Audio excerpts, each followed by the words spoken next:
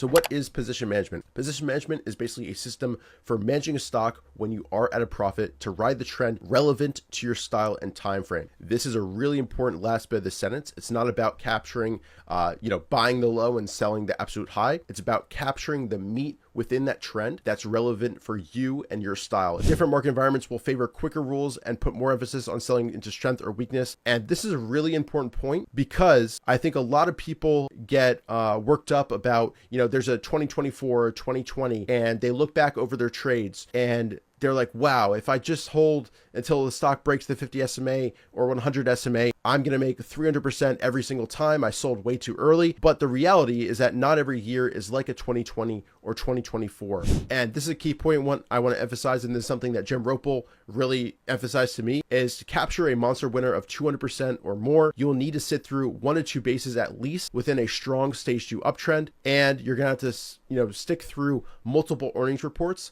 Some of them may gap down on you, but in order to get a monster winner, you need to, understand where your cost basis is, your profit cushion, what you're willing to give back off the table in order to sit through and get that longer term move. Selling to strength means selling a stock as it is rising, becoming extended and volatile, or it's simply meeting profit target levels that you might set at 10%, your average gain, 3R, 5R, 10R, whatever your rule is. That's what selling into strength means. Selling as the stock is rising and meets those criteria. So key reversal bar is when an extended stock gaps up or has a powerful move higher and then reverses even harder and closes well off highs, likely undercutting the prior day's low and maybe even multiple days low. Selling into weakness obviously is selling as the stock is breaking trend or showing weak or abnormal price action. And for this, the mindset is we're focusing on riding the trend until it really confirms that it is breaking down and starting a downtrend. And this is going to lead to larger drawdowns off equity highs, but potentially greater reward because you're sticking with that longer term trend until it ends. While selling into strength, you might exit here, here, or here.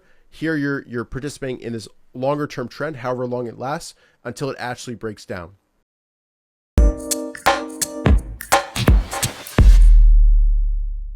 All right, guys. So welcome everybody to the next Trader's Handbook webinar. Today is going to be a really important one and a really good one as well, discussing sell rules and position management. Previously we've talked about risk management itself, which is kind of about starting a trade, how to actually manage risk with your initial stop loss, how to move up that stop loss. Today we're going to be talking about if you have a profit, how do you manage it properly to make sure you're taking profit when you need to, but also letting it run so that you can let asymmetry work in your favor. So this is going to be a really good one, and hopefully you guys are excited. And let me know right now in the chat and in the comments what questions you have about sell rules, position management. You can get really specific. Do you want to focus more on selling into strength, selling into weakness? What confusion do you have there? Let me know in the chat as well as in the comments below. And while you guys are doing that, just a quick reminder to join the Trader's Handbook waitlist. This gives you early access to a lot of resources that we're releasing along with the book here, which will be out on May 27th. And basically, by joining this waitlist, you get extra bonus articles, you get early access to these webinars and to register for them, and a whole lot of other bonuses that are still to be named, as well as exclusive giveaways. Here's a little bit about the articles that we've been sending out. This weekend, I'll be sending out the stop loss setting guide, as well as the sell rules checklist, which will be really helpful for you guys. So definitely go ahead and register. Again, you can scan this QR code right here and join if you are not already on the list. With that said, welcome everybody to the next Trader's Handbook webinar. Today, as I mentioned, will be focused on sell rules and position management. This goes along with Chapter 7 of the Trader's Handbook, which will be released pretty soon in May. So make sure to grab your copy if you haven't already. And let me know right now in the chat if you've already purchased and got your copy. And I heard from a few folks who actually bought multiple, one for the office, one for the home, which is awesome. So definitely go ahead and make sure to grab yours. The link to that is in the description, and you can check that out right now. All right. So I want to start with a quote that we saw in the previous webinar, but it still applies to sell rules and position management.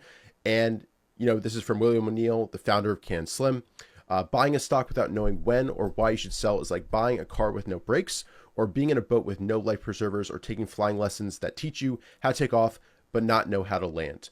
And I think this is really, really important, especially in these current market conditions where things are more volatile, things are moving faster than they used to, because, I think a lot of traders are almost surprised when they have a great winning stock that actually worked for them out of a strong breakout. And if you don't manage a stock like that correctly, a trade like that correctly, you can choke it off and, leave a lot of profits on the table. So we'll be talking about concrete rules that allow you to stick with the trend today and hopefully get the most out of those trades that really work out and really move the needle in our accounts.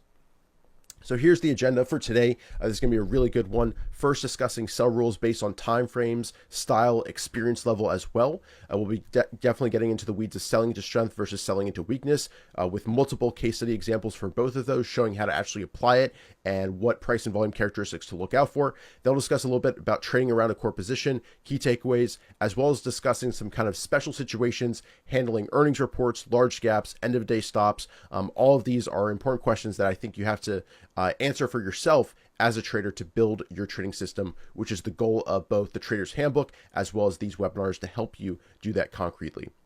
And let's go ahead and dive right in. So these are some questions that you might be asking yourself related to position management.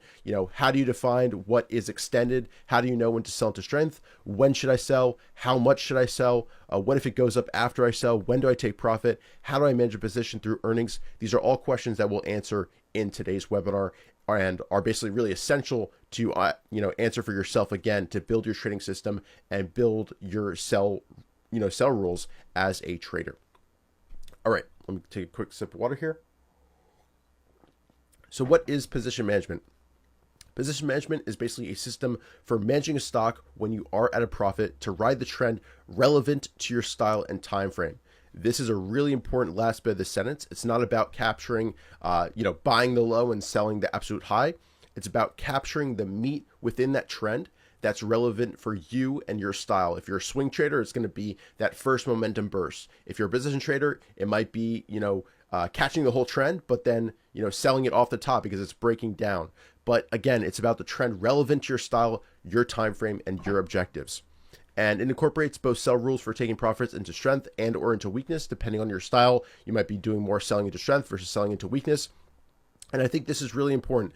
People say winners manage themselves, but that's not really the case. You have to handle a big winner properly to get the most out of that.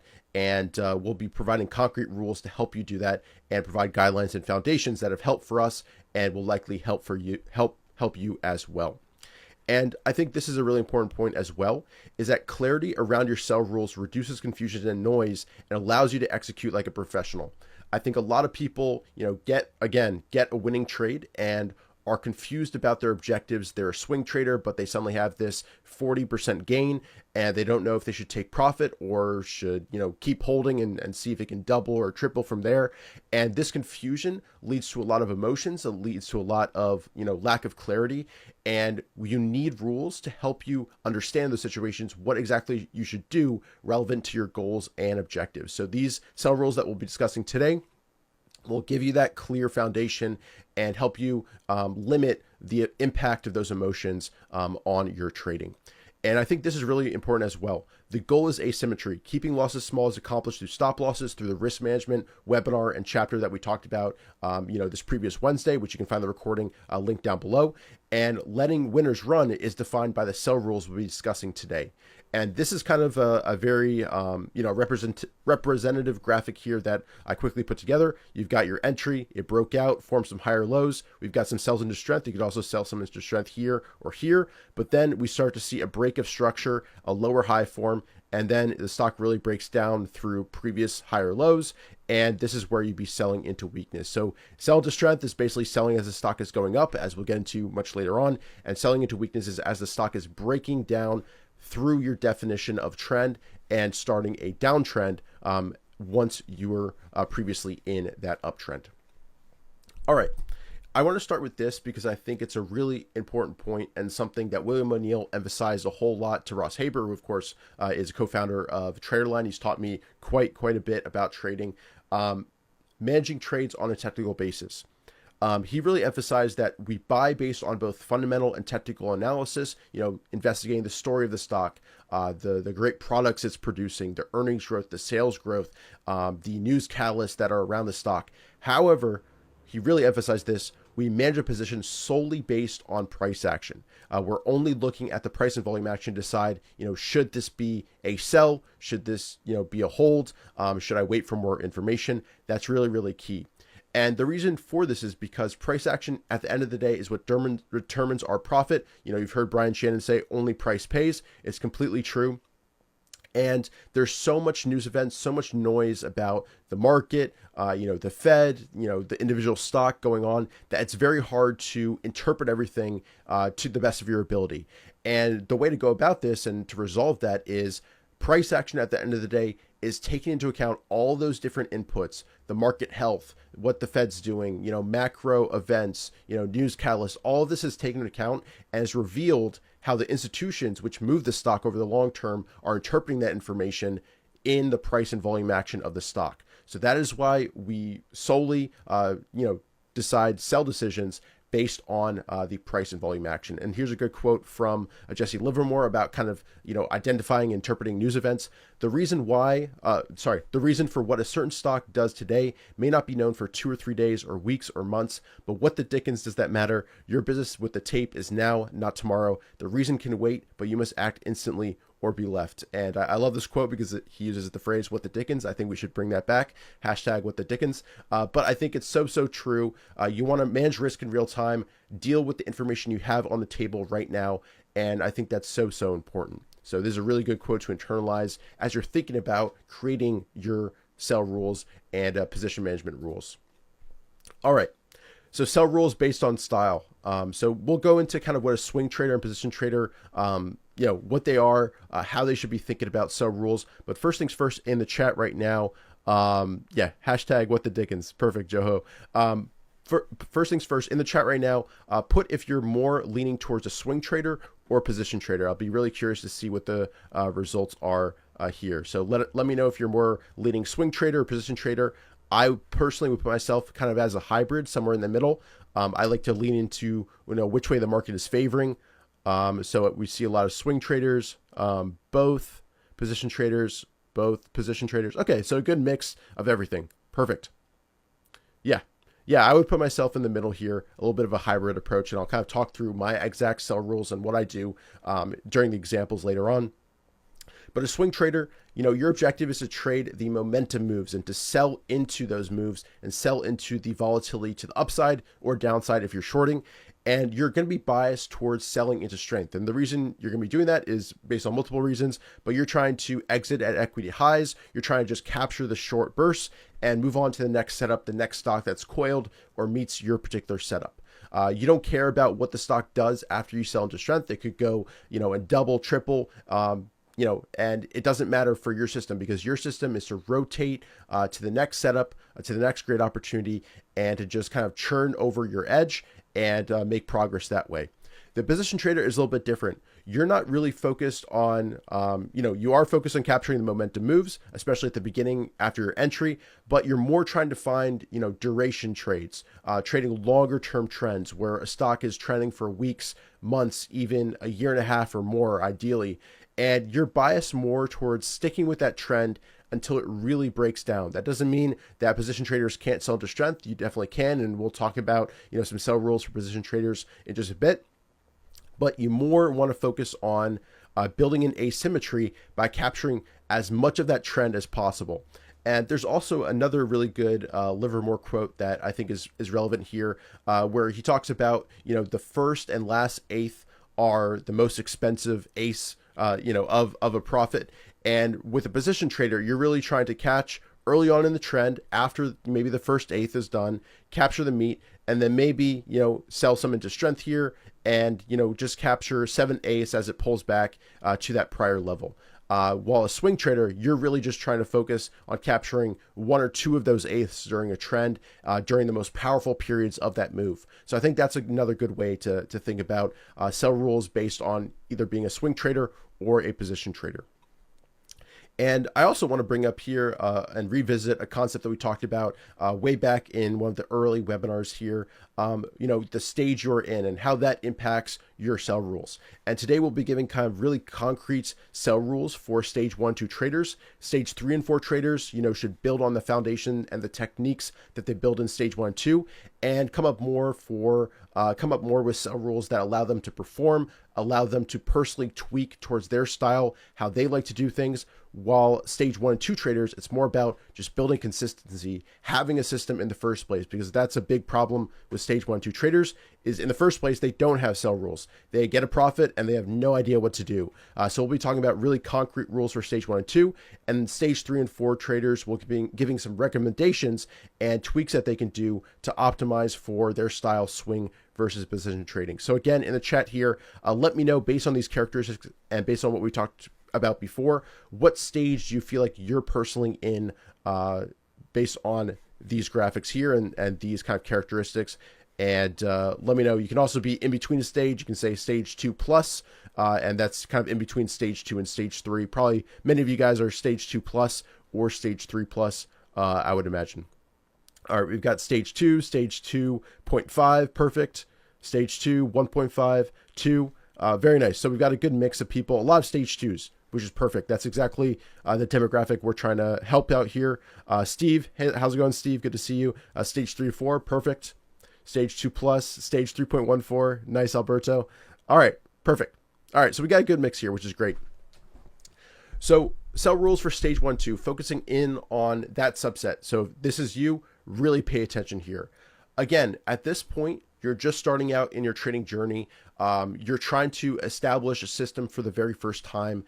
And your goal is not to perform. It's not to go out and make triple digits like US investing champions that have been trading for 7, 10, 20, 30 years. Your goal is to actually build a system that protects you and allows you to build techniques that will help you in your future stage 3 and stage 4 periods later down the road. So again, the major goal is consistency and building sound habits, building technique that will help you later on in your career. So for these traders, and these rules may feel constricting, but that's really the point for stage 1 and stage 2 traders who are experiencing a negative equity curve, not a lot of confidence, not a lot of success. That's the reason why these are so strict, is because we're trying to help these stage 1 traders stop the losses and allow them to participate in the winners. So the first sell rule for these folks is to sell at 5% profit, sell half of your position and move your stop up to break even. So that's very simple, very easy to do. And that's a lot about this. The rules we're trying to bring here is keep it simple, because keep it simple means that it's going to be a robust system and not be overfitted to one period where everything's working really well, trending well, while another period where it's a pop and chop type market where nothing's working. So we want to build a robust set of rules that helps us survive all those trading environments. So again, the first sell rule for these folks in stage 1 really, and then also stage 2 is at 5% profit, sell half and move up your stop to break even. Sell rule tool is kind of divided in two based on whether you want to be a swing trader or a position trader.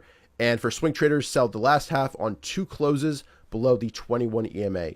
For position traders, it's basically the same exact thing, except instead of the 21 EMA, you're looking to sell on 2 closes below the 50 SMA. So again, if you want to be a swing trader, use this one. If you want to be a position trader, use this one. And these are guidelines. And of course, you want to adapt it to your own personal situation. And it doesn't really matter if you use the 21 EMA versus the 21 SMA versus the 20 SMA. Pick what you find helpful to you and, adapt these rules to what you find to be very, very helpful. All right. Let's see. So here's an example of an application of this rule set for VST. You bought through the consolidation pivot here. You manage risk at the low of the day here as it reconfirmed through the prior day high, as well as this key level. And your first sell is very simple. Up 5%, you sell 50% of your position. So remaining, you have 50% to ride that prior trend. The 21 EMA, which is this line right here, has moved up through your costs. So you're doing well. And the stock really shoots up, trends beautifully. And you ended up selling with 2 closes below the 21 EMA for a swing trader. You sell the last bit of your position, sell 50%. Remaining, you have 0%. And the result is a really nice gain of just under 20%.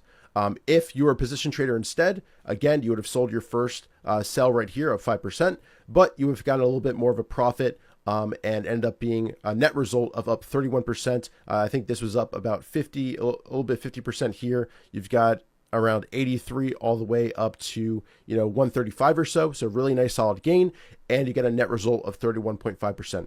And I want to pause here and talk a little bit about, just for a moment, about the pros and cons of swing trading and position trading, because really they can be both extremely successful. You see US investing champions with both styles. However, swing traders are going to be dealing more in the momentum moves, and there's a little bit more potential because once a momentum move ends, they can move on to the next one. While position traders, there is maybe the potential for some opportunity cost based on staying with the stock that's already made a really nice move and is just kind of building a base. There is some time loss there where your money could be working somewhere else. However, on the flip side, a swing trader is never going to catch a 300, 400% move unless they have a rule where if they have a certain amount of profit cushion, then they switch over to more position type trading rules. But a position trader could have, a lot less trades and have extremely great success if they find the true market leaders and enter those stocks and participate during those longer moves. So there's pros and cons for both of these. And for position traders, this I think is better suited towards traders who are doing this part-time. They have a full-time job. There's less action they need to take, and it's a little bit calmer as well. You can look more at weekly charts. While swing traders, it's a little bit more maverick. You've got to kind of keep rotating your money to turn over your edge. So that's a little bit on the differences and pros and cons versus swing trading and position trading. And I think with that said, you can kind of adopt a hybrid approach, which is kind of what I've done to get a little bit of the benefits of both, depending on the market environment and the situation. And we'll talk about that in the rest of the webinar. All right. So these were the basic sell rules. Again, sell your first 50% of your position of 5%, and then depending on swing trading versus position trading, sell on 2 closes below the relevant moving average. There are some progressions as you gain more comfortable. You're more solidly in stage 2. You feel like you're stage 2 plus. So this is you. Listen up. This is the time to pay attention. The first progression, and I do want to emphasize here to not rush this process, especially if you're very early in stage 1. It's going to take time to really internalize these rules. And just this basic rule set can do extremely well during trending environments and when growth stocks are working. So don't feel like this is, putting on training wheels. This can do extremely well and will also protect you when the market isn't quite as strong. But these are some progressions that you can adopt if you feel like you want to make advancements, and these are potential tweaks to your existing process. If you've got your own existing sell rules, these are some ideas for you to maybe adopt to tweak and improve them over time if you find them helpful. So first, instead of selling half of your position at 5%, instead do a third and sell the next third at your average gain over the last 20 trades. And then sell the last third on the normal 2 closes below the moving averages. So instead of selling half at 5%, you sell a third, another third at your average gain, and then the last third on in weakness using the moving averages. The next progression is to sell a third at 5%. A third into strength as the stock gets extended above your average gain and gets, as I say here, gets visually extended from a moving average. And we'll talk about different ways to determine extension later on in today's webinar, and then sell the last third on weakness using the same moving averages. The next progression is to use the rule above, but allow yourself to add back a third if the stock forms another low risk entry tactic. So again, this is a little bit more advanced. It's about trading around a core position and re-entering a stock if there's another lower setup against a moving average, a new base forms and then sets up again. You can add back a third that you sold prior. And then the last progression is to, again, sell a third at your average gain. So you're no longer using that 5%. You're looking to hold a little bit longer, a third into strength, and then a third into weakness using the moving averages. But you can also add back up to 2/3 of what you sold if the stock forms another low risk buy point. So let's go through an example, that same example of VST, applying these different rule variations. All right. So again, this is the same VST trade. You're using the same entry tactic and buy point here. And this is the first variation where instead of selling 50%, you're selling a third at 5%, a third at your average gain, and a third at 2 closes below the MA. So here is your initial sell of 5%. You've got remaining 66% instead of 50%. Your sell 2 is at your average gain, which we used in this case, an average of 10% gain. You sell 33%, and you've got remaining 33%.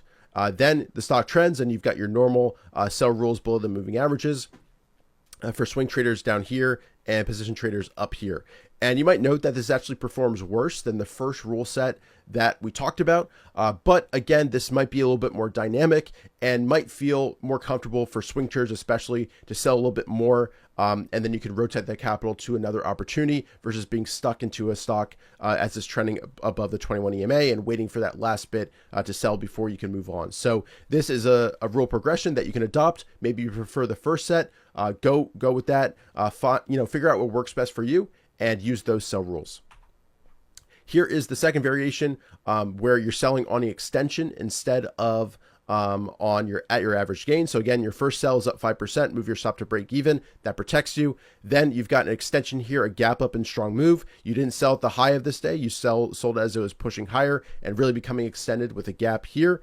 And then you've got your last sell again under the moving averages. Swing traders again taken out here. Position traders get taken out here, and you have, again, pretty strong gains here, about 20% and about 27%. So performs better in this case than the prior variation. And again, it's not about individual trades and how these rule sets work on, an individual trade and individual stock. It's about how they work over time and how they fit your personality, how much risk you like to take, how much drawdown you like to experience. Because if you don't like experiencing drawdowns, you want to sell more into strength, more as the stock is going up and making momentum moves, and just letting a trailing piece on for a bigger move. So it's all about fitting these rule sets and figuring out what works best for how you view the markets and how you experience risk and your own personal risk tolerance. Here's variation 3, where you can add back 33%. And here's the add back point here as it formed a new base and undercut and reclaimed the 2021 EMA and broke out of this base here. For a swing trader, you actually sold out of your whole position before that, but you added back 33% because that's in your rule set. You're able to do that. And you ended up selling that for a 23% gain here as it broke down back below 21 EMA, a little bit higher. You've got a 23% gain instead of about a 20% gain. And for a position trader, you actually added back here, and your overall net is a 31% gain. So you sold 33% up 59%, and that last 33% that you added back, that you sold back here at 5%, and added back here as well. So you've got a little bit better of a gain. So again, this allows you to trade around the core a little bit more. And this next variation allows you to re-enter 2/3. So you've got your swing trader here up 29% now, and you're able to stick with that trend a little bit more. And position trader just gets a little bit more juice and a 35% gain because they were able to add back on the next low risk buy point a little bit more and trade around that core position.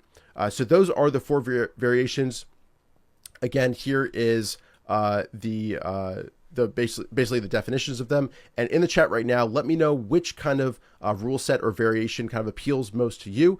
And again, it's going to be dependent on your situation if you like to sell more to strength versus weakness, and also again where you are in your trading journey. If you're more advanced, you're likely not selling half at 5%. Maybe you're selling half at your average gain, half into as an extension, and holding the rest for the 21 EMA. But let me know in the chat which variation kind of makes the most sense to you and how you like to personally trade. All right. Jay Patel says number 2,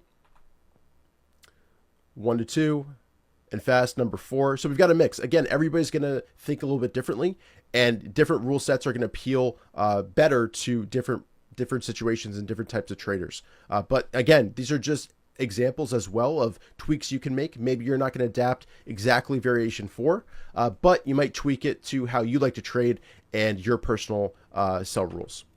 Now for stage 3+ traders, the goal is different. Again, the goal for stage 1 and 2 is all about building consistency, establishing an initial system to actually test out who you are as a trader. Stage 3 and stage 4 is more about performance and actually performing really, really well. And sell rules will adapt to the character of the stock and the actual market environment. Maybe the market environment is rewarding strong trending markets, holding onto positions longer. You adapt a little bit more and lean more into selling into weakness versus selling into strength. And sell rules are tailored to the trader's bias as selling into strength or weakness, again, based on their personal way of interpreting the markets. And instead of rule 1, which is sell at 5%, You can sell at extensions as your first sell instead of fixed levels. So you get a little bit more variability in your sells, but it might lead to increased performance over time. And instead of sell rule 2, which is breaks below 2 moving averages, you could divide sells between the 21 EMA and the 50 SMA to hold a little bit longer. And you can use judgment on the negativity of the 2 close below a moving average. And what I mean by that is, let's go to this this example actually right here. So this first close below the 50 SMA is very negative, but the next close is higher than this bar right here. And let me zoom in here to actually really show this. So this first close below the 50 SMA is very negative, closing at lows, big range bar, but the next day is an inside bar that closes higher than this close. If you want to be, if you're more of a stage 3, stage 4 type trader, this might not trigger your sell rule as 2 closes below the 50 SMA because this close is more positive than this close right here. And that allows you to stick with that trend and, stick with it. This low is never lost. That could be your rule. If it breaks below this low, that's your sell rule. And you hold on, and this one rallied and kept on going. So that might keep you in a little bit longer in certain situations when a stock is very strong. So that's kind of a nuance or variation that you can adopt if you would like to as a stage 3 or 4 trader.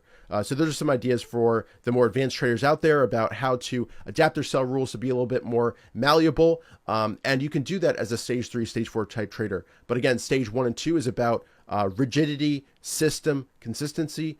Stage 3 and 4 is about performance, and there's a little bit more discretion and variability allowed for those type of traders. All right. So here's a stage 3 example, maybe how you would apply this as a stage 3 trader. These are similar to my personal sell rules. So you've got that same entry point. Your first sell isn't at 5%. It's at this first extension up 20%. You've got still, and you're not selling a third, you're selling only 25%, looking to hold the majority for a bigger move. You've got another sell on another extension. You sell 25% of 54%. You've got 50% remaining. And your last sell as a swing trader is 2 closes below the 21 EMA. You sell 50%, up 34%. So you get a nice trade overall. And your rules allow you to re-enter 100%. Or if you still have a full position, add 25% back. So here on this next lowest buy point, you re-enter. And your final sell as a swing trader is 2 closes below the 21 EMA. With that last trade netting another 12.7%. So instead of about a 20% gain, which we talked about with the previous variations for earlier stage traders, you have almost a 50% gain. And that's where the performance really comes from, is waiting for those key points, this extension, this key reversal bar extension, and being able to add back and start a new trade on within that same longer term trend, a new swing trade when we get a reinvigorated momentum move. And even looking at this example, a stage 3, 4 trader might not be waiting for 2 closes below the 21 EMA in this case, because look at this bar. We break all these lows altogether, this lows as well. So you might have actually raised your stop to this element in structure and, improved the second trade here and gotten a little bit more juice and performance out of the second trade. Again, just adding to your overall profit. For a position trader mindset, again, maybe you sold one here into the extension, sold again here, and then you add back here and you're selling, the 25% position up 10% here, and overall get a 61% gain. So both of these situations, this shows how a stage 3 type rule set, which is a little bit more adaptive, a little bit more discretionary, a little bit up to the personality of the individual stock, can allow you to perform better. But this is only available for stage 3 and 4 traders who have proved themselves to be able to manage risk. They've built that technique over time and use that rigidity that they learned in stage 1 and 2 to allow them to be a little bit more creative in stage 3 and 4 to perform a little bit better. So this is an example of how to apply a little bit more of a fluid rule set that adapts to the personal situation. And this is pretty similar to my personal trading rule set as well. All right. So a little bit more on market environment and sell rules. Different market environments will favor quicker rules and put more emphasis on selling into strength or weakness. And this is a really important point because I think a lot of people get worked up about, there's a 2024 or 2020, and they look back over their trades and they're like, wow, if I just hold until the stock breaks the 50 SMA or 100 SMA, I'm going to make 300% every single time. I sold way too early. But the reality is that not every year is like a 2020 or 2024. And the rules that would have worked really well in 2020 or 2024 are actually overfitted to that market environment that was extremely good and not going to happen every single year. And so when they adopt those rules that, to hold on to a stock until it breaks the 50 no matter what, the next year is choppier, breakouts aren't falling through nearly as much, and instead of getting those 300%, 400% winners, they get stopped out a lot. They hold on too long to their losers, to their winners as they're pulling back, way back into the moving averages, and they just don't perform using that rule set, which was supposed to be the secret sauce and perform really well. But the reason being that it didn't is because the market environment is not always conducive towards longer term, more position trading sell rules. So you want to remember that as you're looking back on your trades and deciding what rule sets to use, is you want to avoid overfitting and think about a rule set that is robust, that will adapt to different market environments, both really great trending ones as well as choppier ones, and protect you in those situations. And just be aware that a rule set that worked really well in a strong trending market environment may perform horribly in a very choppy, up and down volatile market. So that's something really important to remember. And a way to help you identify if you're in a trending or choppy environment that can be an input to allow you to switch rule sets or just be more aware is you can track your average gain over the last N trades. This could be 20, this could be 50, this could be 30, this could be 10. And if your average gain is increasing or decreasing, that can help tell you, are we trending or are we more choppy? If it's increasing, it's more likely to be a trending market environment where longer term sell rules may do better. But if it's decreasing, you might want to tighten things up because it is a little bit choppier. And also, I just want to point out that, this is pretty obvious, but is worth mentioning as well. Stronger markets after significant corrections / bear markets will favor those longer term rules. So you might want to lean more into, the position trading type mindset after a significant bear market or correction, like after COVID, after the 2023 bottom. That's when the long trends really happened. That's where we saw PLTR, NVIDIA start their 1,000% moves that would have held up really well with longer term sell rules. So keep that in mind as you go through it.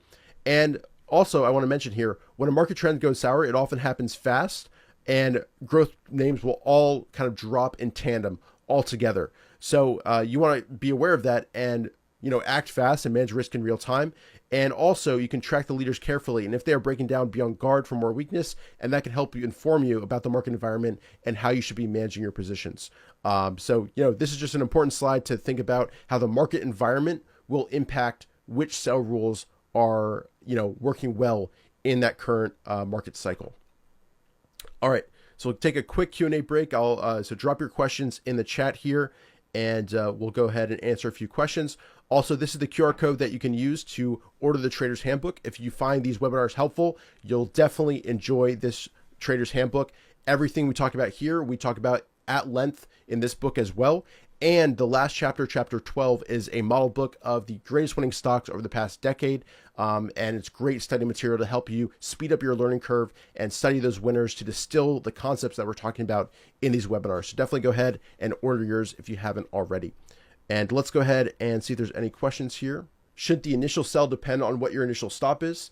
It can, if that's your rule. You could sell at 3R, 2R instead of that average gain or 5% rule. But for stage 1, 2 traders, we're just using a very simple and effective 5%.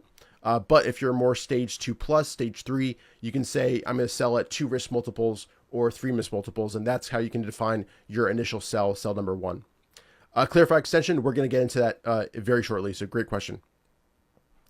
Does the same apply for short selling rules? I would say short selling rules are the same on the flip side, but you want to be faster and lean more in terms of selling into strength for short selling rules, just because the moves are faster. The moves up from the moves up after a strong extension down are more vicious. So you want to lean more in terms of selling to strength, which means selling into weakness if you're covering into weakness if you're shorting. So you just want to be a little bit faster when shorting as well. Hard stop versus mental stop, we'll talk about that at the very end. and we'll dive right in because a lot of people are talking about extensions. So let's discuss more. Actually, first I want to talk a little bit about this. Let me get a sip of water here. So this is more for the position traders out there. So pay attention if that's you. Tips for holding big winners longer. And getting the most out of them, because I think a lot of people would have much better performance if they kind of got out of their own heads, and when they have a big winner at 40% plus, actually let it work and let it trend for them instead of time choking it off and micromanaging it. So first things first, the best trades that really contribute to your performance need to be handled carefully to not choke them off and sell too early. And probably many of you have sold a stock that went on and doubled and tripled. And if this is you, hopefully these tips will be helpful. So if you do get a significant cushion, around 40% plus, and the market environment is trending and strong, and the stock looks to have a lot more runway, focus on the trend and not so much on the day-to-day movements. I'll talk about what exactly that means in just a minute. And this is because we can get scared out of our best stocks, our biggest winners that go on and double or more from there, simply because of 1 to 3 day sharp pullbacks that simply recover and keep moving higher. There's many instances during this Reddit trend where we pull back for 4 days, recover, pull back, recover, pull back, recover, and keep going until it really breaks trend here. And this started all the way down here, very strong action all the way until we actually meaningfully broke, a trend line, the moving average, the 50 SMA, whatever your definition of trend is. There are a lot of sharp pullbacks in here that could have shaken you out and allowed you to, miss out on all these profits and gains to be gained by getting out at the proper points as it's actually breaking down into a downtrend from being in an uptrend. And one really good tip that Rye actually taught me a few years ago is when you've got a stock like this, where maybe you entered right here, which is actually where I entered, and you get a gap up, you've got a really strong profit, you add more, you've got a nice position, very strong position in this name. When you've got a great profit all the way from down here, you want to think of your profit more in terms of the trailing 21 EMA versus what the stock is doing on a day-to-day fluctuation. And the reason why this is important is because, the changes in P&L from here to here are pretty significant, but you've got a great cost basis. The stock is still acting fine. It's above a rising 21 EMA, above a rising 50 SMA. And this fluctuation doesn't really matter because in a sense, it's noise. As long as the stock is above a rising 21 EMA, it's in a healthy trend. And you want to give it the benefit of the doubt, especially if you have a great cushion. So watching versus the 21 EMA smooths out kind of how you're perceiving your profit in that position and allows you mentally to stay with that trend a little bit longer until it meaningfully breaks down and begins a trend below that 21 EMA to end that trade for you. So again, if the stock is trending above a rising 10, 21 EMA and 50 SMA, it is healthy. Let it do its thing. Let it work. And this is really important. Big winners can double or more while never breaking their 21 EMA. I think Tesla went up several 100% without breaking the 21 EMA back in 2020. NIO went up like 500% without breaking the 21 EMA. This moving average will keep you in the strongest stocks. And instead of trying to micromanage everything and try to be perfect, sell up here, buy back here, just letting that 21 EMA do the work will help you both mentally as well as financially profit from that trend a little bit longer. Then another way to stick with the trend a little bit longer, and let me know in the chat, this is actually my question for the day, to win a signed book. What stock is this? This is a Guppy chart. These are moving averages. What stock is this? Let me see who gets it here, and you'll win the signed copy of the Trader's Handbook. So let me know your thoughts here. But GMMA charts are basically, they eliminate the day-to-day fluctuations by only showing the moving averages. So we've got some short-term moving averages in red, and longer-term moving averages in blue here. We've got trader EMAs are the short-term, and investor moving averages are the longer-term in blue. And you're looking for a red, white, blue pattern. This was taught to me by Dr. Eric Wish. This is a great thing that he taught to us. Basically, if you're in a red, white, blue pattern with red moving averages with some white space above a blue, there's nothing to be done if you're in that stock in with a good profit. You just want to let it work until it actually breaks down into a red below white, a blue, white, red pattern. Until that happens, there's nothing too much to be done. And even here, it's more just basing versus actually breaking down into a blue, white, red pattern. So again, if red is above white space above blue, and you've got a strong profit, let a stock work and let the trend work and do its thing. But once we meaningfully break down, and this is where it started to break down here, this is where you want to be more selling and just be looking to take profits as we break into a blue, white, red pattern, the inverse of this strong trend here. And let's see who got it here. We've got a lot of PLTR guesses, Netflix. All right, awesome. It looks like Reynaldo got it. This is NVIDIA. This is the start of its move back in 2023. And this is the recent action as it's basing and pulling back and starting a potential stage 4. So Reynaldo, send me a DM on Twitter and we'll get you hooked up with a free copy of the Trader's Handbook. Awesome. Great stuff, guys. All right, cool. So these GMMA charts I think are really powerful. I think a great exercise for everybody watching right now to do is, plot out a stock that you feel like you should have done a lot better in. Look at your entry, plot it on a Guppy chart. And if it's way back here, just look at where you would have sold if you just used the moving averages and waited for a blue, white, red pattern to develop and see what profit you would have gotten versus, what you actually got, and see if this system, this process using these Guppy charts, once you're at a great profit, could help you stay with a winner longer. Another variation, of course, is also to use just a weekly chart and focus more on the weekly action once you've got a great profit. And this is a key point I want to emphasize, and this is something that Jim Ropel really emphasized to me, is to capture a monster winner of 200% or more, you'll need to sit through 1 to 2 bases at least within a strong stage 2 uptrend.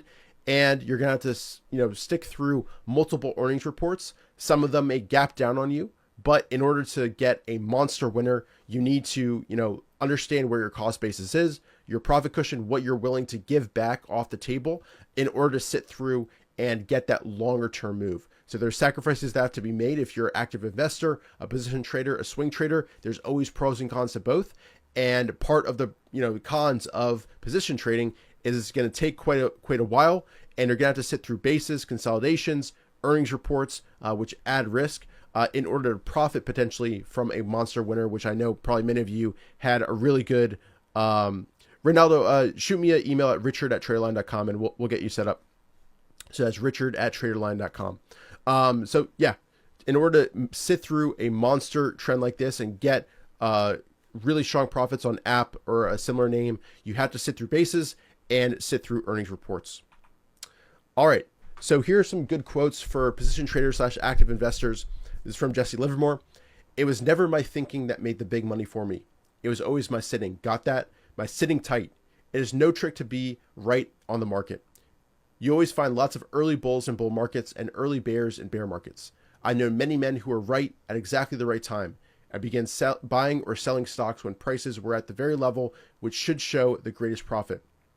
And their experience invariably matched mine. That is, they made no real money out of it.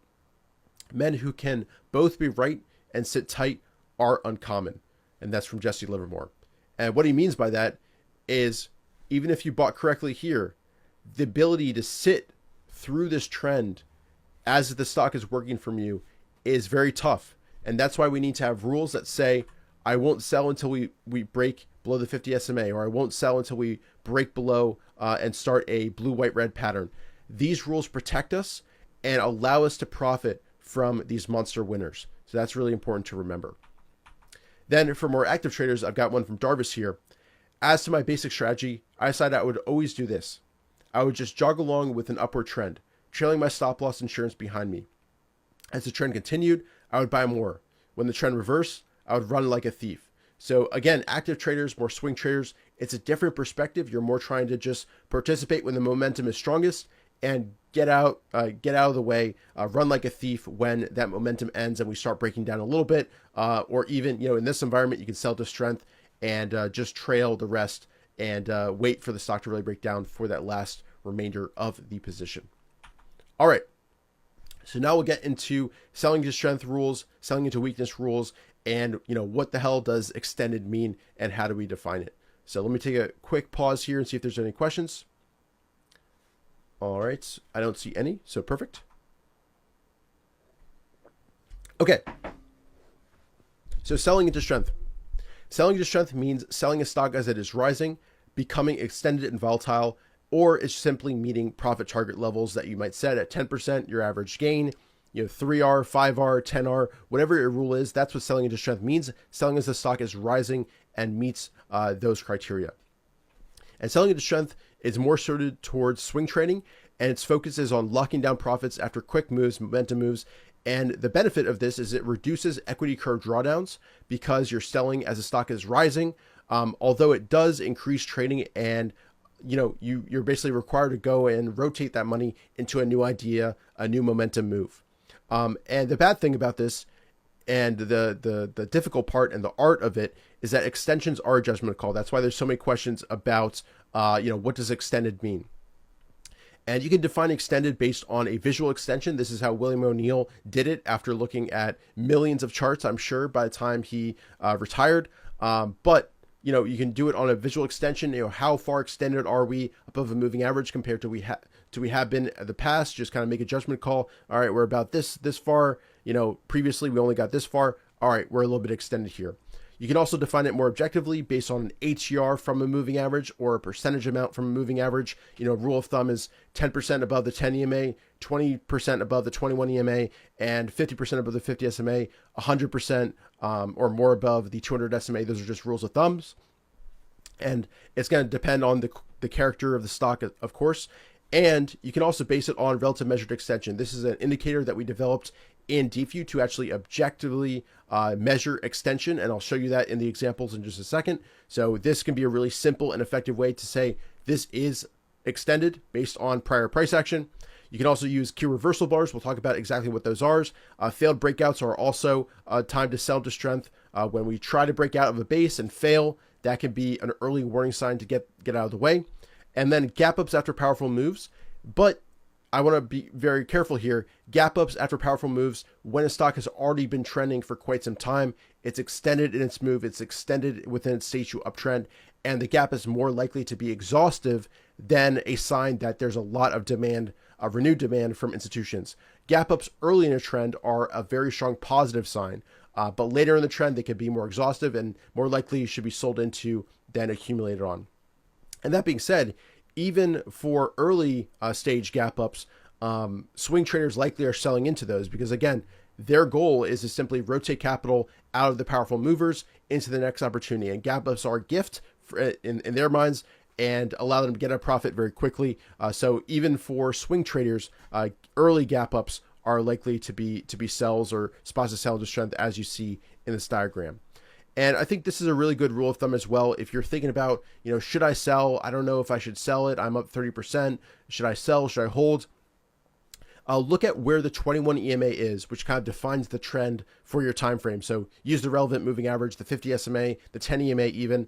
And if you're not able to stomach a pullback of your position to that key moving average, it's a good idea to sell a partial. So if visually you expect or think about if the stock pulled back next week all the way to the 21 EMA, which defines what an uptrend is for me, if you can't stomach that pullback, which might be 10%, 20%, and really diminishes your profit on the position while stock is still in an uptrend, that's a good point to sell 25%, sell a third, sell half, so you can stomach that pullback, that natural pullback within the context of that uptrend.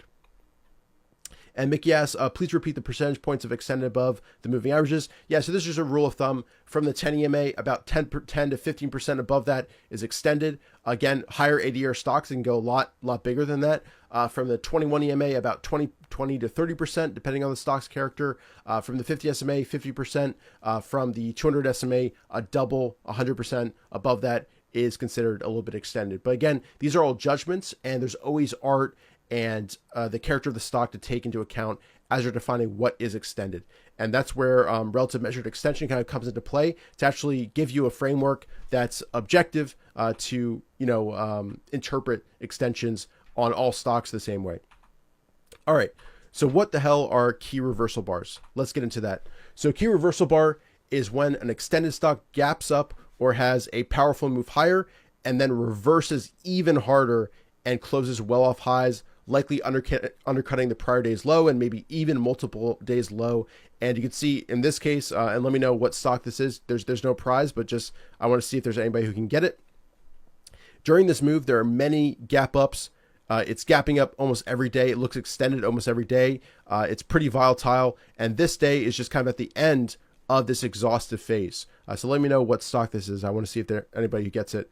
Meta, AMD, nope, not SMCI. There we go. Saeed got it. MSTR. This is MSTR, guys. So this is a key reversal bar when we have a gap up or initial move higher and then an extremely negative reversal down, breaking the high, breaking the close, breaking the low, breaking multiple days lows. This is the type of bar that we're looking out for, because this could be a sign to sell some into, it is into weakness, but it's more closer to highs than waiting for a break below the 21 EMA. So there's going to be an early sell signal for position traders, or, you know, the last bit that you take off as a swing trader. So these periods, these key reversal bars often lead to the start of a pullback or a basing period. And that's really important. And most significant, these are most significant after a stock has already been trending for multiple weeks and or is showing signs of climactic type action, you know, multiple gap ups, many green days in a row, increasing volatility, increasing slope of the move. So if you visualize a slope, this is the rate of ascent, and then it kind of increases this way. And often these days are the largest range bar in the move and on very high volume as well. So these are bars that you want to look out for. And once you kind of start looking for them, you'll see them all the time as the stock is topping, as the stock is starting to base out. And we'll show a few examples later on as well.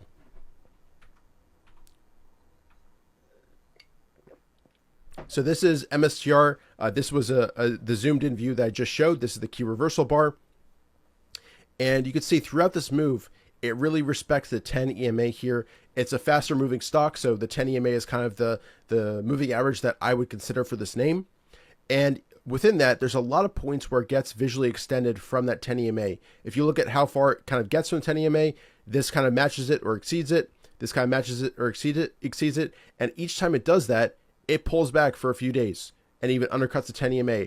And these drops look small, but in reality, they're like 10, 15% moves. So you don't really want to be sitting with that, that type of move in a full position. And this would be the buy point as it gaps above the 50 SMA, forms this tight flag inside day and breaks higher. That would be the buy point we're using in this case. And these pullbacks are something to avoid it, or just you want to sell into these extensions. And again, visually extended, definitely bigger than this and this as well. Strong bar though, it holds up.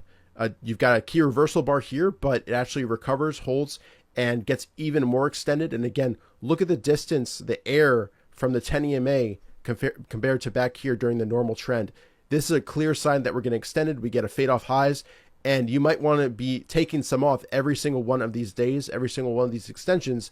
Even though it's not the top, you might want to be taking some off. So then when we do get the pullback, significant pullback from the key reversal bar, you're able to handle that a little bit more objectively because you're not focused on how much money you're losing in the moment. And this is the key reversal bar. This starts the basing process, which it's still been in for quite some time now.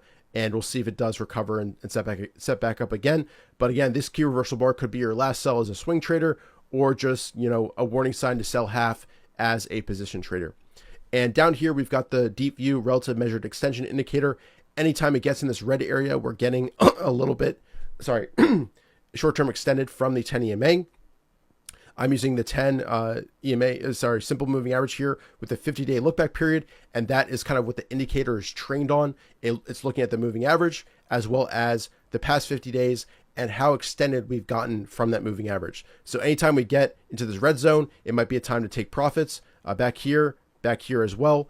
And you know, that's how you can use this indicator. We've done a whole webinar simply on RME, so I'll kind of link that below as well, and take a look at that if you're curious about this indicator here. Here's an example with Tesla. This obeys more the 21 EMA, so that's why I'm using the 20 20 SMA with RME. And again, we're getting extended in this area as we're gapping up. A lot of gap ups, definitely extended. This would be where you're selling some into strength. And then we get a key reversal bar here, breaking all these lows all at once. And this starts a basing process before it sets up again and went on another nice move. But this key reversal bar, and recognizing that, allows you to protect yourself from this gap a little bit. Maybe you're still selling a little bit, but maybe not your whole position. And, you know, this further pullback all the way from 270 up here, all the way down to, you know, 180, almost 100 points here. You'd be able to hopefully protect yourself and sell earlier to protect yourself from this decline here by recognizing this key reversal bar. And this would be the entry range breakout, upside reversal to prime the setup, strong push through that pivot level, and you get a gap up, a little bit short-term extended. Swing traders would be selling likely into this day as well, and then maybe selling the final piece as it breaks, prior day lows right here on the key reversal bar. So that is another example with Tesla. Here is Reddit.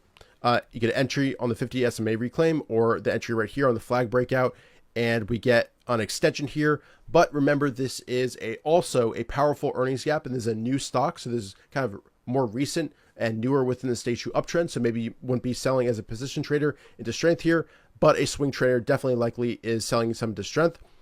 You've got another extension here as well. There's a gap up that was sold after a 25% move, and this would be a sign to take a little bit of profit as a swing trader. Again, gap ups are gifts if in a stock that's already short-term extended, and you get another gift here. Strong, powerful move up. I think this is also with an analyst price target here. So that's another sign that the gap might not hold, and we pull back afterward. We get another extension, volatility, and this actually starts a base here for a few weeks here. So again, these extensions, as a swing trader, you'll be looking to sell into them.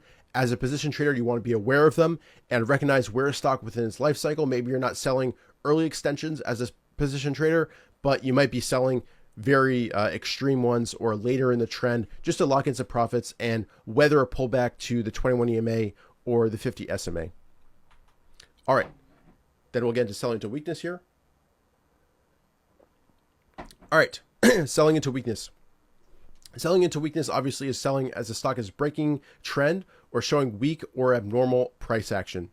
And for this, the mindset is we're focusing on riding the trend until it really confirms that it is breaking down and starting a downtrend.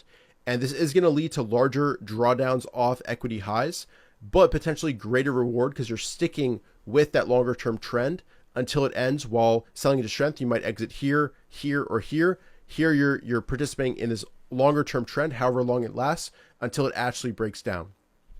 Signs of weakness that you want to be watching out for: closes below key moving averages, breaks below trend lines that you can draw at key lows here, breaks below key lows. So, this is a key low here. We broke below it instead of basing above it. We broke below this low right here as well. Large gap downs. So off the top, if there's a failed breakout and then very large gap down on earnings, that could be a sell signal. Reconfirmations of lower highs. So here's a lower high. We reconfirmed down. That would be a sell signal as well. Short-term moving averages curling down and acting as resistance. That's also what happens when we're starting a corrective down period in the market. And let's dive into some examples here. So here's Reddit. Here's the base that started here. We get a nice further move up from this base. But then what happens? Right here, you can see we broke out of a pivot, moved higher, and then started pulling back and gap down and close below this level. So this is a subtle thing that more advanced traders will see, is this reconfirmation failed. And even though we're pulling back to the 21 EMA, we've got a gap down that tried to rally through that pivot again, but couldn't close higher. And then we leak lower the next few days. So this is the first sign of weakness. Then we get two closes below the 21 EMA. That might be your sell rule as well. Then we get a bad close below the 50 SMA. Base breakout fails. This breakout here, this broke out back in this area, fails. Another negative sign. The 21 EMA is curling down here. We form a range here. It can't rally higher into the 21 EMA. You can see a lot of wicks up here and tries to move higher, reconfirm down, break below the range, gap down, gap down. Gap downs are key, guys. You want to be watching out for these gap downs. And if they can be filled quickly and recovered quickly, that might kind of heal things. But if they can't be healed, it might lead to a lot further downside. And then here decisively, we're trending below a declining 21 and 50 SMA. So this is kind of the topping phase here, and some signs of weakness that you want to be looking out for: failed breakouts, failed pivot reclaims, breaking below moving averages, and all this that we note here on the chart. All right, here is TDD.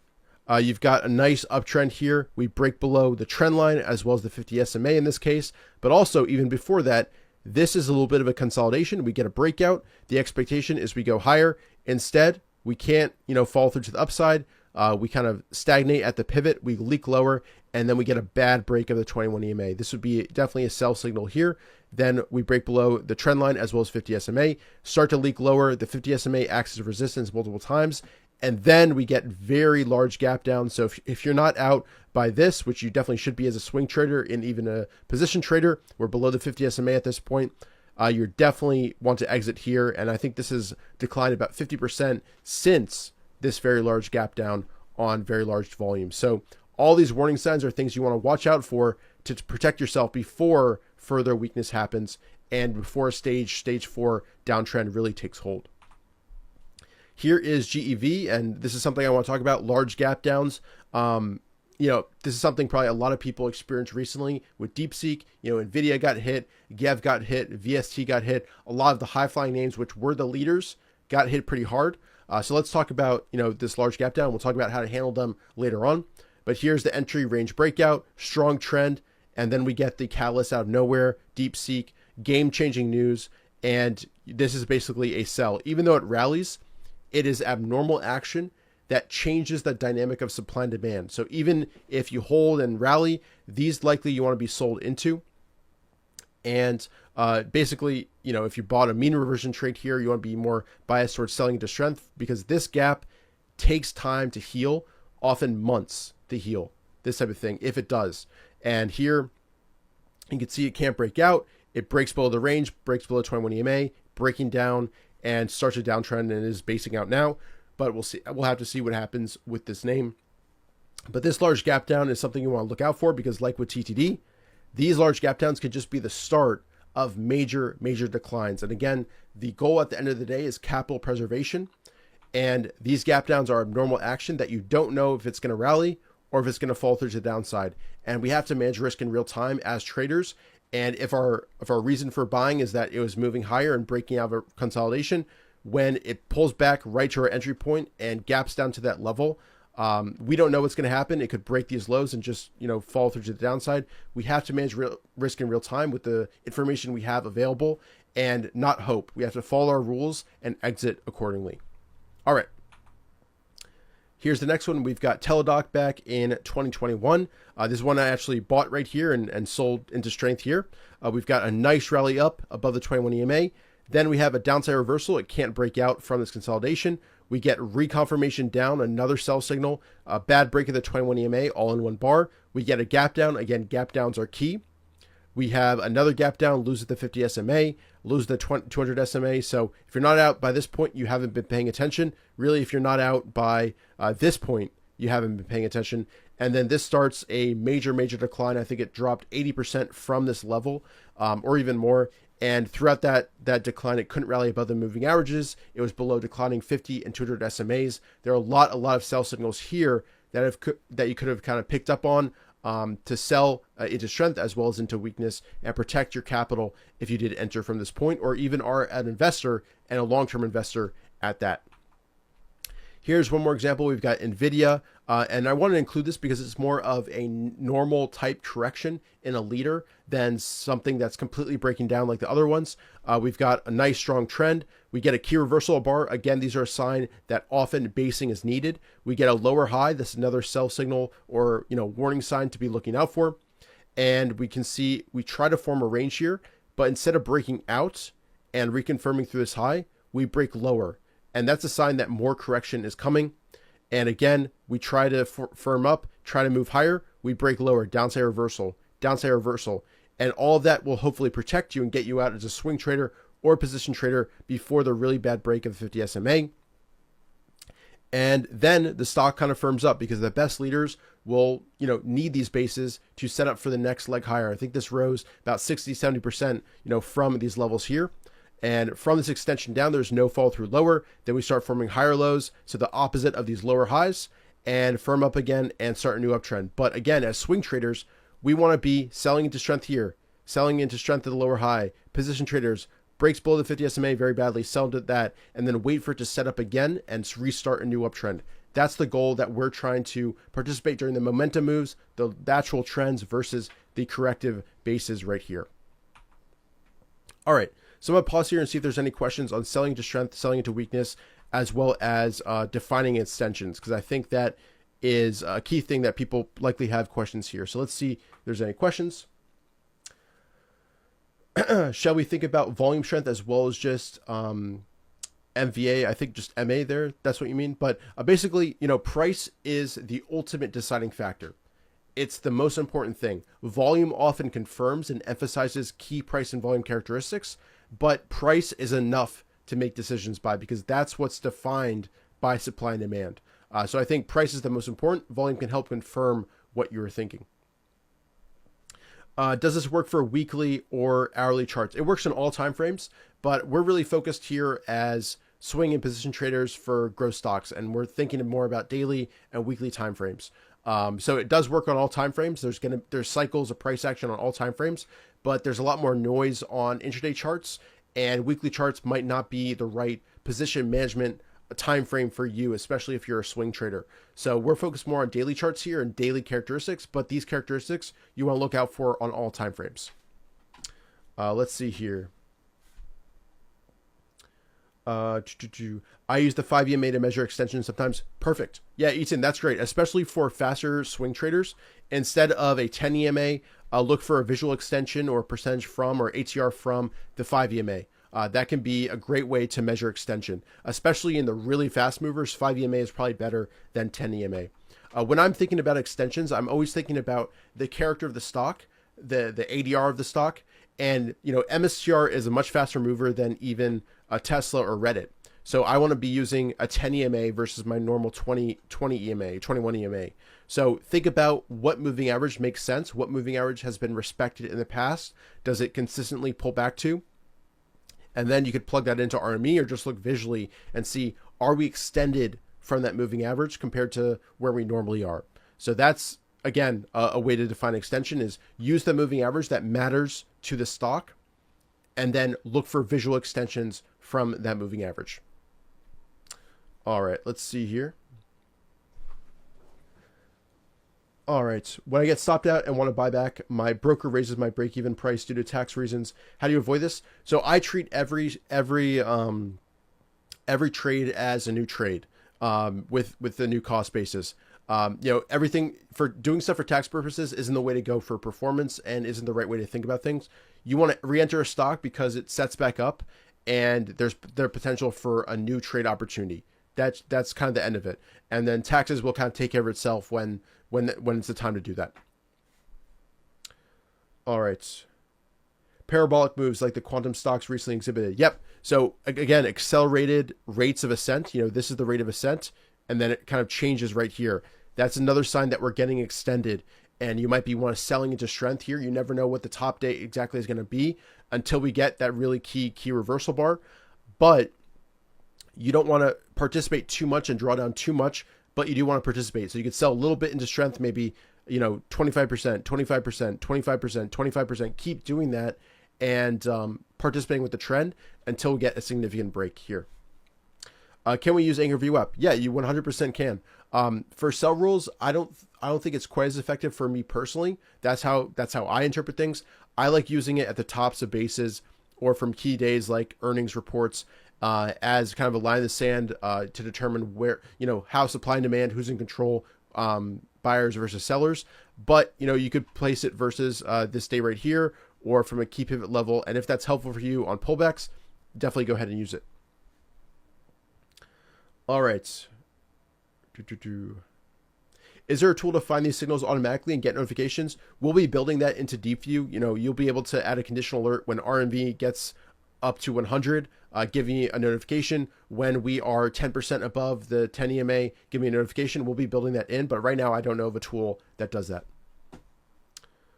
All right. Great.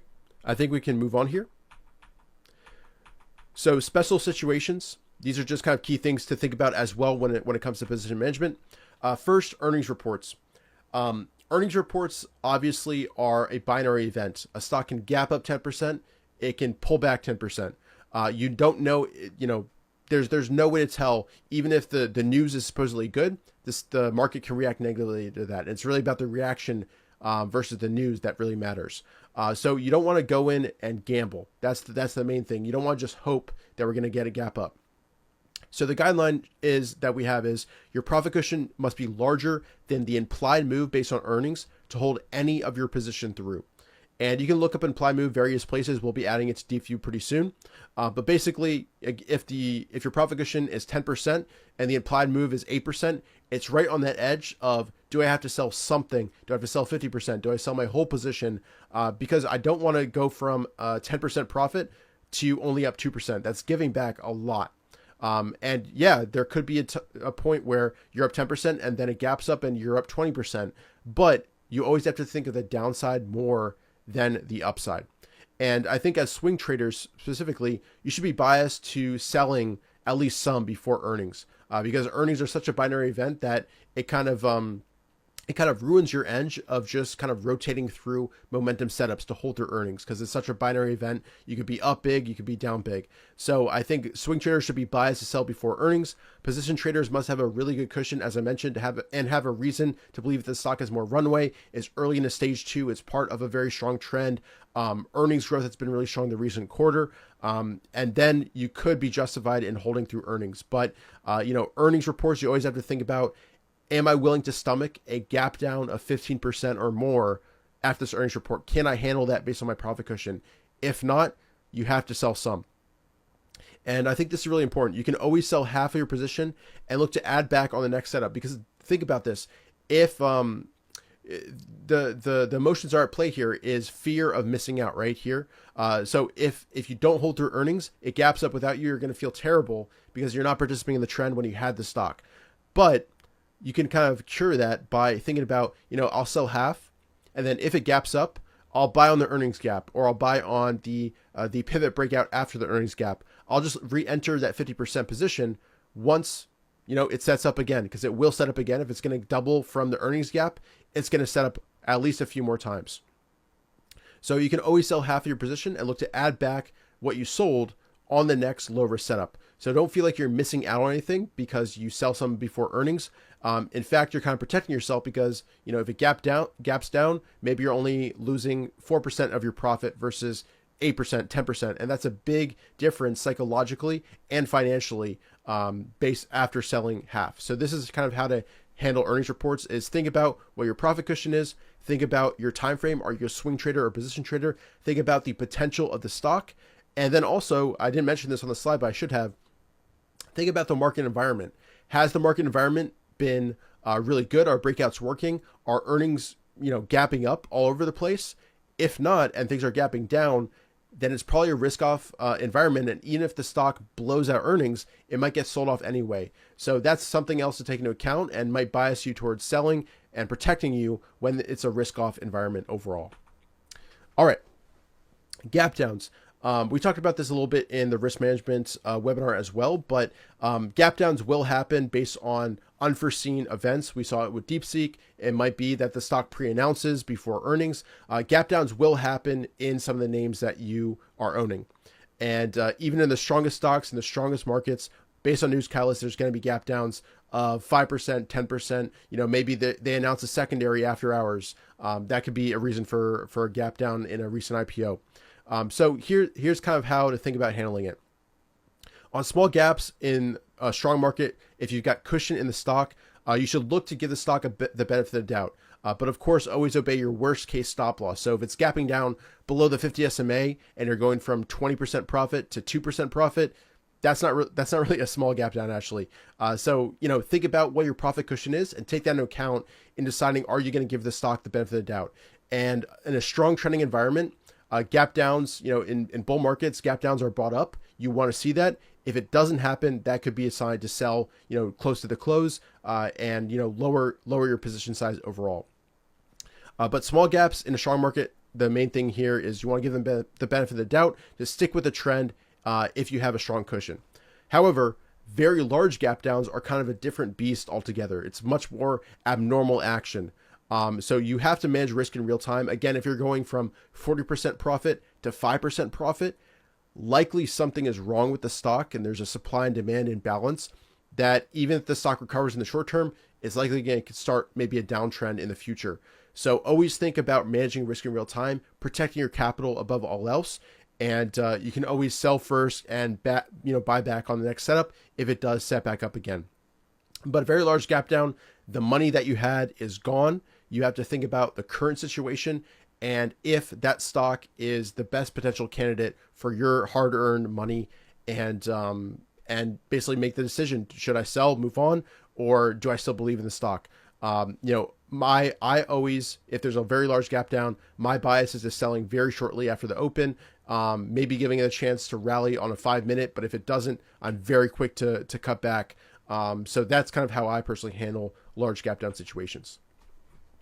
Then another question that likely many of you are wondering when it comes to position management is, do you use end of day stops? Do you have stops in with your broker, or do you use mental stops? I always personally have a stop in with my broker. I trail that below the 21 EMA, a few percentage points below the 21 EMA. And then I have alert set on the 21 EMA, higher lows, all of that. So I'm always aware if a stock is starting to break down, or potentially showing signs of breaking trend. And personally, in terms of end of day stops versus, acting in the moment, I think, again, it depends on the market. In a very strong market that's rewarding breakouts, that's maybe just after a bear market or significant correction, and things are acting well, you want to give the stock the benefit of the doubt, because sometimes we'll have shakeouts intraday and the stock just recovers and even goes higher into the end of the day, and you're out of your position. You need to buy it back at a higher price. So personally, if it doesn't hit my worst case stop, I want to wait until the last hour, last 30 minutes to make a decision about whether I should sell or not. And yeah, this is basically what I'm saying here. Ideally, wait till the last hour if possible. But in a weak market, in a negative market, I sell first, ask questions later. If a stock is breaking down, it could get very, very ugly very, very fast, especially for below the 50 SMA, below the 200 SMA. We've seen some very significant declines in blue chip companies, and things can get very bad very fast in bad markets. So in bad markets, it's completely different. I will sell as soon as it hits my stop, or even before that, to protect my capital. Again, during a negative market, risk off environment, defense first, and sell first, ask questions later. Things are guilty until proven innocent in bad markets, and innocent until proven guilty in good markets. And just in general, from a style perspective, swing traders should act faster. Again, you're just trying to turn over your edge, while position traders can give it a little bit more time, see if it recovers end of day or even the next day, and give the stock look to give the stock a benefit of the doubt. And here over on the right hand side, I have one of my mistakes that I made in 2020. I'll go ahead and zoom in here. This was a DocuSign. This is actually from the model book section of chapter 12, guys, from the handbook. So a little sneak preview for you guys. We have a positive expectation breaker. I didn't even see these back then. I didn't know what to look for. But now that you know what a positive expectation breaker is, you'll see these all the time before stocks break out. But I entered really nicely right through the pivot of this breakout, the short range here, right here.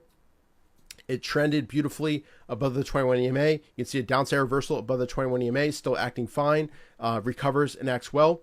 But I sold maybe the low tick of this day here as it was breaking the 21 EMA. I had my stop right there. We were in a strong bull market right here. Things were acting well. I think I was up 40%. I mean, this is 87 to about 136 here at this point, 120. So I had a very nice profit in this stock. But I sold as it broke below 21 EMA, and then by the end of the day, it recovered really strongly, and then just went up, and I think made another 50% move from this point. And this could have really changed my performance that year to make it even better. So this was a mistake that I made. In a strong market, I sold way too early before giving the stock the benefit of the day, benefit of the doubt, and seeing if it closed well, and it did, and just kept on going. Respected the 21 EMA, and even here is a sharp pullback to the 21 EMA, closes well and just keeps on going. So this is a good example of when you're in a strong market, try to give the stock the benefit of the doubt and see if it can recover. And if it keeps on moving down and you've got your worst case stop, definitely protect yourself. But try to wait until that last hour to make a decision if possible. All right. So getting more into the summary here, and hopefully this has been helpful to you guys. Here are some kind of overall key steps for business management. First, once at a profit, know your rules for moving up stops. Again, we talked about risk management a lot more in the previous webinar. Watch for sells into strength if that's your style. If applicable, look for add reentry points if you're more stage 3, stage 4.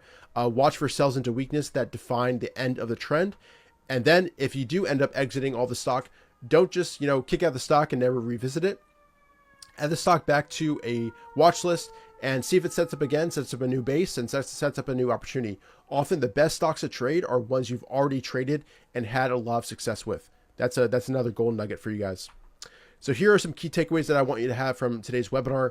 First, define rules that match your stage and trading style, whether you're a swing trader or day trader or position trader, active investor, whether you're a stage 1 trader or much further along, stage 3, stage 4. Know the pros and cons of selling into strength versus weakness. We talked about those, the opportunity costs, the needing to find a new trade versus, potentially getting a 300, 400, 500% plus move. Then you want to define rules for yourself for selling into strength. Be as objective as possible. Define what extended means to you. Is that a percentage above a moving average? Is it ADR above a moving average? Is it using relative measured extension from deep view? Pick a rule and define it so somebody else could say, could follow that rule and say, looking at the chart exactly the same way as you, yes, that is extended. That's the clarity and the amount of clarity that you want to have in your rules. In the same way, define rules for selling into weakness. Is it 2 closes below a moving average? Is it a break of a trend line? How do you draw that trend line? Define that in your rules so another trader of a similar experience level could follow it exactly as you do.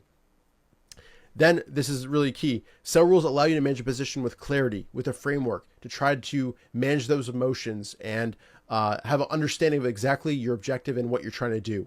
And then lastly, I discussed this a few times, different market environments will favor faster or slower sell rules. And you don't want to overfit your rules to one market type of environment because you want it to be robust and work in all market environments. And then one more key takeaway I want to add here is, again, your sell rule should reflect your experience level in the markets and where you're at. If you're very new at this, in your first year, 2, 3 years even, the goal is consistency and process and being very rigid with your sell rules versus later on when you've got more experience, you're much more, adept at things, at managing risk, all of that, recognizing shifts in the market. At that point, you can be a little bit more creative, a little bit more, discretionary in your choices. Do I sell at this extension or do I wait for the next one? At that point, you've earned the right to be more fluid with your sell rules. But early on, you want to be a lot more rigid and build that consistency, build that technique up, and that gives you the skills to then be more flexible later on. All right.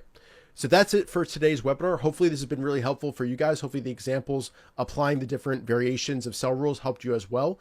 And I just want to say again, if you find these webinars helpful, a great way to thank us and also get more resources is to go ahead and order the Trader's Handbook. You can do that by scanning this QR code. If you're enjoying these webinars, you're going to love this book. And even if you're a very advanced trader, the model book there is definitely worth reviewing to study those greatest winners. And if you're a very new trader, this handbook could really make the difference in helping you build a system, become profitable, become consistent, and learn the blueprint for trading success. So again, definitely go ahead and order yours if you haven't already. But thank you guys all for attending. I'll answer a few questions here. All right. Yeah, and on DocuSign, I did not start a new position after I got shaken out. Again, another mistake here. All right. Darnell asks, can you tell us about the stochastic indicator? To me is the best indicator to buy, sell, combined with trend lines, 2050 200 SMA. Yeah, the stochastic is great. I think any indicator can work well. And Dr. Wish uses the stochastic, and I used it for many years. Any indicator can work really well. It's basically just a momentum indicator, but you have to study it, see when it works, when it doesn't work, test it for yourself. And it can be a great way to buy pullbacks, strength after pullbacks. So use it for yourself and define rules that another trader could follow using the same methodology. All right. All right. Let's see here. There's no formula for the extension indicator. It's proprietary. You can use it in deep view. Highly recommend doing it. It's something that I developed myself. All right. Scott says, love the webinar, pre-ordered book. Looking forward to learning more. Awesome. Thank you so much, Scott. Appreciate it. A lot of thank yous. Thank you guys so much. Glad this has been helpful, guys. Thank you so much. All right. Yeah, and again, this will be released on May 27th, but you can pre-order right now at Amazon, Barnes & Noble, anywhere. And that way you'll get it as soon as it's out. So thank you guys so much for attending. Yeah, thank you so much. We look forward to seeing you in the future webinars. Definitely go ahead and pick up your book if you haven't already.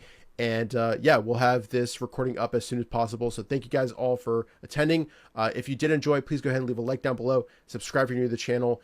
And if you're able to share it on Twitter, share with friends. If you find this to be valuable, go ahead and share this webinar with anybody you can. So thanks so much again for spending some of your Saturday with me. Definitely appreciate it. And I'll see you guys in future videos. Take care.